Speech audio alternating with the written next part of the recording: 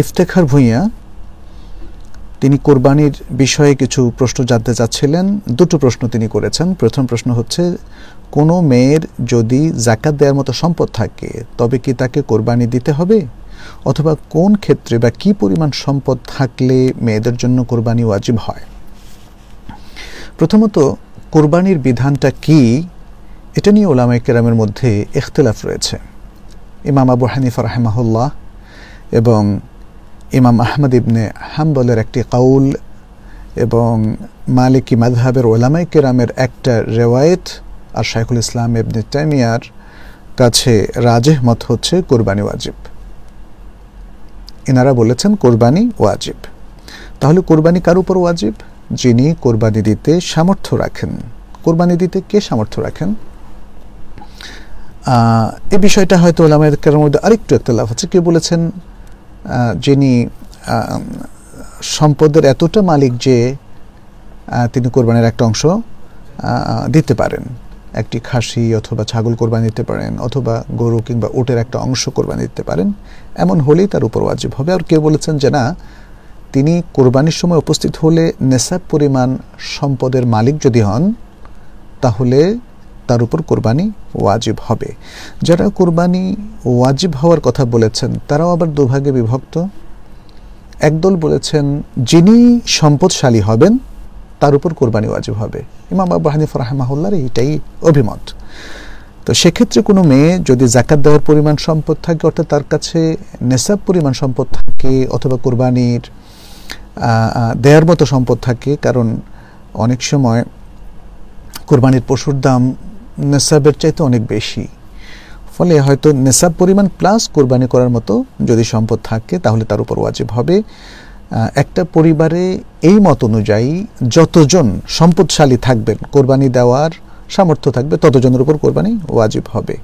এটা হলো একটা অভিমত। দ্বিতীয় অভিমত হচ্ছে যারা ওয়াজিব বলেছেন তাদের মধ্যে আরেক দল বলেছেন যে একটা পরিবার থেকে একটা কোরবানি দেওয়াই ওয়াজিব, যেটা আবু আইয়ুব আনসারী রাদিয়াল্লাহু তাআলা আনহুর হাদিস, আমরা একটু পরে উল্লেখ করব। সেখানে বুখারী মুসলিমের হাদিসে এসেছে যে তিনি বলেছেন, আমরা রাসূল সাল্লাল্লাহু আলাইহি ওয়াসাল্লামের যুগে একটা কোরবানি করতাম একটা পরিবারের পক্ষ থেকে, ফলে ওয়াজিব আদায় হয়ে যাচ্ছে সবার পক্ষ থেকে একটা কোরবানি করলে। তাহলে এটা হচ্ছে একটা অভিমত, এবং তাদের মধ্যে দুটো মানে ছোট্ট ক্ষেত্রে আবার ইখতিলাফও আমরা দেখলাম। আর জমহুর উলামায়ে কেরামের অভিমত হচ্ছে, যেটি হচ্ছে অধিকাংশ শাফিঈ উলামায়ে কেরাম এবং হাম্বলি মাযহাবের এবং মালিকি মাযহাবের অধিকাংশ উলামায়ে কেরামের মত হচ্ছে যে কোরবানি সুন্নতে মুআক্কাদা। এটা সৌদি আরবের অনেক শাইখদের ফাতাওয়া, শেখ সালেহ বিন উসাইমিন এবং আরও অনেক শাইখদের ফাতাওয়া। তারা বলেন যে কোরবানি আসলে সুন্নতে মুআক্কাদা। আমরা দীর্ঘ আলোচনার যাব না। যারা সুন্নতে মুআক্কাদা বলেছেন তাহলে তার ওয়াজিব হচ্ছে না। তার মানে কেউ যদি কোরবানি করার সামর্থ্য থাকা সত্ত্বেও কোরবানি না করে তাহলে এই মত অনুযায়ী তাদের গুনাহ হবে না, পাপ হবে না। আর এই মতের অনেক উলামায়ে কেরাম বলেছেন যে যদি এক পরিবারের পক্ষ থেকে একটা কোরবানি করা হয় তাহলে পুরো পরিবারের পক্ষ থেকে সেটা আদায় হয়ে যাবে, তার মানে আলাদা আর করতে হবে না। তাহলে আমরা একাধিক অভিমত দেখতে পাচ্ছি। তো আবু আইয়ুব আল আনসারী রাদিয়াল্লাহু তাআলার যে হাদিসটা, সেটা তো একদমই স্পষ্ট। সেখানে তাকে জিজ্ঞেস করা হয়েছিল কাইফা কানাতিদ দুহায়া আলা আহদি রাসূলিল্লাহ সাল্লাল্লাহু আলাইহি ওয়াসাল্লাম, রাসূলুল্লাহ সাল্লাল্লাহু আলাইহি ওয়াসাল্লামের যুগে কুরবানি কেমন ছিল। তিনি বলেছিলেন কানা রাজুলু ইউদাহি বিশাতি আনহু ওয়া আন আহলি বাইতিহি, যে একজন ব্যক্তি তার নিজের পক্ষ থেকে, তার নিজের পরিবার পরিজনের পক্ষ থেকে কোরবানি করতেন। ফায়াকুলুনা ওয়া ইউতঈমুনা হাত্তা তাবাহা আন-নাস ফাসারাত কামা তারা, তারা নিজেরা খেতেন এবং অন্যদেরকে খাওয়াতেন। এরপরে অবস্থা তেমনই হলো যেমন তোমরা দেখছো। এই হাদিসটা ইমাম তিরমিজি বর্ণনা করেছেন এবং হাসানুন সাহিহ বলেছেন।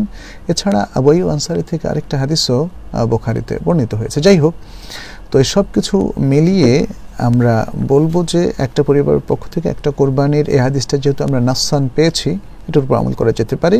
তবে ওলামাদের ওই ইখতিলাফটা থেকেই যাচ্ছে, এক দলের মতে ওয়াজিব, অন্য দলের মতে সুন্নাতে মুআক্কাদা। যারা সুন্নাতে মুআক্কাদা বলছেন তারা কিন্তু একথা বলছেন না যে কোরবানি আপনারা করেন না, বরং সবাই কোরবানি করার পক্ষেই মত দিয়েছেন, বিশেষ করে যদি সামর্থ্য থাকে। অতএব আমরা সেটা করতে পারি। এখন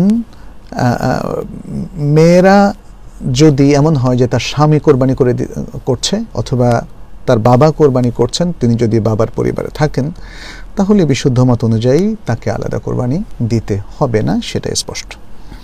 আপনি দ্বিতীয় প্রশ্ন করেছেন ভাই ইফতেখার, যে পরিবারে যদি 3 জন ছেলে উপার্জন করে তাহলে তাদের বাবা যদি পরিবারের সবার পক্ষ থেকে কোরবানি দেয় সেটা কি হবে, নাকি 3 জনকে আলাদা 3 নামে কোরবানি দিতে হবে? 3 জন ছেলে উপার্জন করার অর্থ হচ্ছে 3 জন বালেগ, এবং এই 3 জন আলাদা। বালেগ হয়ে গেলে কিন্তু সে বাবার আর ডিপেন্ডেন্ট নয়। ফলে বাবা যদি কোরবানি করেন তাহলে সেই 3 জন ছেলের পক্ষ থেকে আর কোরবানি হবে না, কারণ তারা বাবার পরিবারভুক্ত নন। মানে বাবার সন্তান নন, এটা আমরা বলছি না, বাবার পরিবারভুক্ত নন।